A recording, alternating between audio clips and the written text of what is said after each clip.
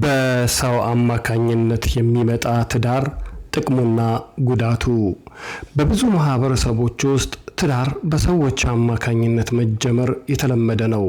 ወላጆች፣ ዘመዶች ወይም ወዳጆች ሁለት ሰዎችን በማገናኘት እንዲተዋወቁ ያደርጋሉ። ከዚያም በመተዋወቅ ትዳር ሊጀመር ይችላል። አንዳንድ ሰዎች ይህንን እንደ ጥሩ መንገድ ያያሉ፣ ሌሎቹ ግን የራስ ምርጫ መሆን አለበትም ይላሉ። እውነቱ ግን ይህ ነው። ይህ አይነት ትዳር ጥቅሞችም አሉት፣ እንዲሁም አደጋዎች አሉ።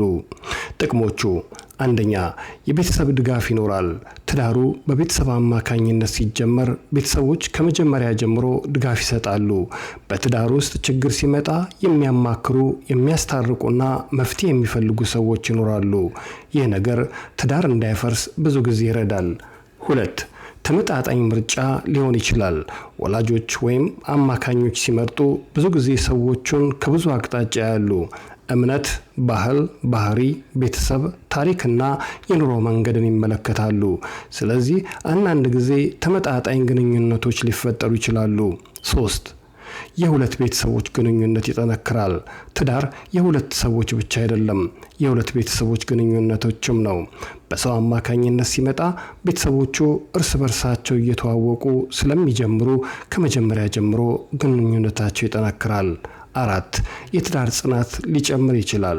ብዙ ጊዜ በቤተሰብ ድጋፍ የተጀመረ ትዳር ሰዎቹ ችግር ሲመጣ እንዲቆዩ ያበረታቸዋል። ከችግር ለመሸሽ ከሚሞክሩ ይልቅ መፍትሄ ለመፈለግ ይጥራሉ። ጉዳቶቹ: አንደኛ፣ የግል ምርጫ ሊጎድል ይችላል። አንዳንድ ጊዜ ወጣቶች የራሳቸውን ፍላጎት ሳይገልጹ በቤተሰብ ግፊት ሊጋቡ ይችላሉ። ይህ ነገር ከጊዜ በኋላ እርስ በርስ እንዲራራቁ ወይም እንዲጋጩ ሊያደርግ ይችላል። 2, እርስ በርስ መተዋወቅ ሊያንስ ይችላል። ከመጋባት በፊት በቂ ጊዜ ሳይኖር ትዳር ከተጀመረ በኋላ የባህሪ ልዩነቶች ሊታዩ ይችላሉ። ይህም ግጭት እንዲፈጠር ያደርጋል። 3, የቤተሰብ ጣልቃ ገብነት ሊበዛ ይችላል። አንዳንድ ጊዜ ቤተሰቦች ትዳሩን እንደ ራሳቸው ጉዳይ እየተመለከቱ ብዙ ጣልቃ ይገባሉ። ይህ ግን በባልና ሚስት መካከል ግጭት ሊያመጣ ይችላል። 4, የፍቅር ስሜት በኋላ ሊመጣ ይችላል። አንዳንድ ጊዜ ትዳሩ ከመጀመሪያ ላይ በፍቅር አይጀመርም። ፍቅር በጊዜ ሊያድግ ይችላል፣ ነገር ግን ካልተገነባ ችግር ሊያመጣ ይችላል። ከመጽሐፍ ቅዱስ እንዲህ ይላል፣ ቤትና ሀብት ከአባቶች ይወረሳሉ፣ አስተዋይ ሚስት ግን ከእግዚአብሔር ናት ይላል ምሳሌ 19:14።